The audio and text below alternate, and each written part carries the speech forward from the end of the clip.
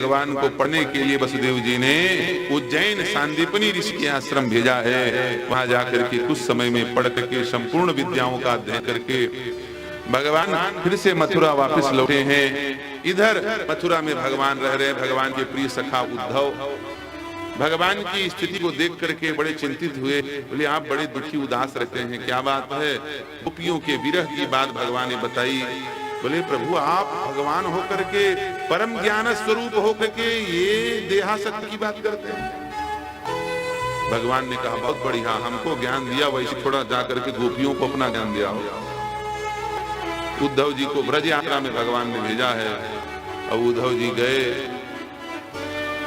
और जाकर के गोपियों को जैसे देखा भ्रमर गीत गाते हुए, भगवान के विरह में विरह कातर होते हुए भौरे से भगवान को देख करके भौरे से इस प्रकार वार्ता कर रहे हैं जैसे भगवान ही से वार्ता हो रही है। क्यों रे भौरे, तू भी बहुत कपटी है।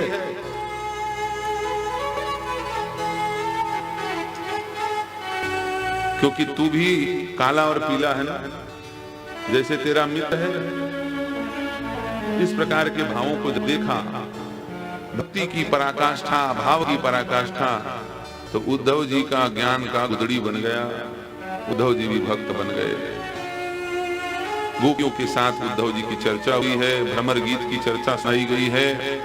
गोपियां भगवान के विरह में केवल यही प्रार्थना कर रही हैं। भ्रमर गीत की यह मंगलमयी कथा आगे भगवान ने कुब्जा और अक्रूर के घर जाकर के उनके घर को, उनके नेत्रों को, उनके हृदय को धन धन्य किया है, कृत किया है। यहां से 10वें स्कंद का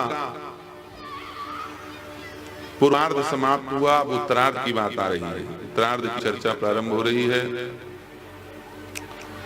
श्री सुखदेव जी महाराज कहते हैं अस्ति प्राप्तिश्च कंसस्य महिष्यो भरतर्षभ भूते भरतरी दुखार्ते यतुस्मा पितुर्ग्रहाम। जब कंस का वध हुआ तो अस्थि और प्राप्ति दो कंस की पत्नियां थी। ये अपने पिता जरासंध के यहाँ जाकर के रहने लगी और दुखी होकर के विलाप करते हुए जरासंध को भगवान के ऊपर आक्रमण करने के लिए, मथुरा पर आक्रमण करने के लिए उकसाया। क्रोधित होकर के जरासंध ने मथुरा पर आक्रमण किया। 1 बार, 2 बार, 10 बार, 12 बार, 14 बार बार मथुरा पर आक्रमण कर रहा था जरासंध। भगवान ने विचार किया जब तक ये रहेगा, जब तक मैं मथुरा पे रहूंगा और जब तक ये कंस जिंदा रहेगा तब तक यहाँ आक्रमण करता रहेगा।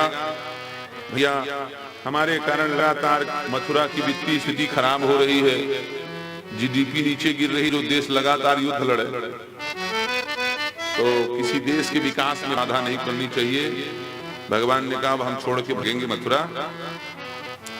17वें बार आक्रमण करने के लिए विशाल सेना लेकर के पहली बार कोई मलेच्छ भारत की भूमि पर पैर रख रहा है। काल यवन, विदेशी आक्रांता मलेच्छ काल यवन को लेकर के जरासंध ने आक्रमण किया मथुरा पर। भगवान अकेले मथुरा के सिंहद्वार से बाहर निकले। देख करके काल यवन हंसने लगा। बोले देखो तो पागल, अकेला हमारे इतने बड़े फौज से लड़ने के लिए निकल रहा है, अभी इसका मैं चूरमा बना देता हूं। अपने आप बड़ा भारी सूरमा समझता था काल यवन। सूरमा सोचता मैं दूसरे का चूरमा बना दूंगा। भगवान लड़ना छोड़ करके भगे, इतने तेज गति से भगे कि काल यवन थक गया भगते भगते और पीछे चिल्ला करके बोले अरे रुक जा, नहीं मारूंगा, नहीं लड़ूंगा, पहले बता देना था, नहीं लड़ पाएगा। कमजोर आदमी है तो मैं क्यों लड़ूं तुझसे? तेरे जैसे कायर से मुझे लड़ने में कोई मेरी प्रशंसा नहीं है, मेरी बड़ाई नहीं है। ए रण छोड़, रुक जा, कहां रण छोड़ के भग रहा है? भगवान रण छोड़ के भगे तो इनका नाम पड़ गया रणछोर। बोलिए रणछोर आय की। द्वारिका से भगे भगवान, मथुरा से भगे भगवान। अब भगते भगते ऐसा रण छोड़ के भगे, कहां मथुरा और सीधा गुजरात पहुंचे, इतना भगे भगवान। इनका नाम रणछोड़ पड़ गया। गुजराती कहते भैया चाहे जो हो और जगह भगवान चाहे जो हमारे तो रणछोड़ राज ही राजा हैं।